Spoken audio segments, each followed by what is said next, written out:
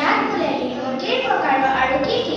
আহক প্ৰথমে আমি জানি লওঁ যে লিঙ্গ কাক বোলে। ব্যাকৰণ শব্দবোৰৰ পুৰুষ স্ত্ৰী বিভাজনৰ লগতে কিছুমান শব্দ পুৰুষ বা স্ত্ৰী কোনোটো শ্ৰেণীত নপৰে। সেই শব্দসমূহক বুজোৱা চিহ্নক লিঙ্গ বোলে। আমি লিঙ্গ কাক বোলে সেইটো জানিলো, কিন্তু আমি জানিব লাগিব যে লিঙ্গ কেই প্ৰকাৰৰ আৰু কি কি? লিঙ্গ 4 প্ৰকাৰৰ: পুংলিঙ্গ, স্ত্ৰীলিঙ্গ, উভয় লিঙ্গ আৰু ক্লীবলিঙ্গ।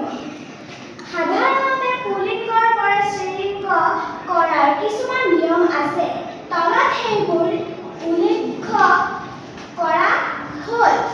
ক নম্বৰত আছে কিছুমান পুংলিঙ্গ শব্দ স্ত্ৰীলিঙ্গলৈ ৰূপান্তৰ কৰিলে ৰূপ সম্পূৰ্ণ সলনি হয়। যেনে পুংলিঙ্গ আৰু স্ত্ৰীলিঙ্গ: পুৰুষ মহিলা, কাৱৈ আমৈ, স্বামী স্ত্ৰী, ককা আইতা। এতিয়া খ নম্বৰত আছে কিছুমান পুংলিঙ্গ শব্দৰ শেষতে অনি, ইনি, নি আদি স্ত্ৰীলিঙ্গবাচক প্ৰত্যয় যোগ কৰি স্ত্ৰীলিঙ্গ কৰা হয়।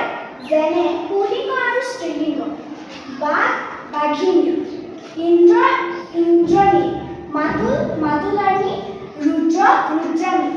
গ নম্বৰত আছে লিঙ্গ নিৰপেক্ষ শব্দৰ আগতে পুংলিঙ্গত মতা আৰু স্ত্ৰীলিঙ্গত মাইকী শব্দটো ব্যৱহাৰ কৰি লিঙ্গ নিৰ্দেশ কৰা হয়।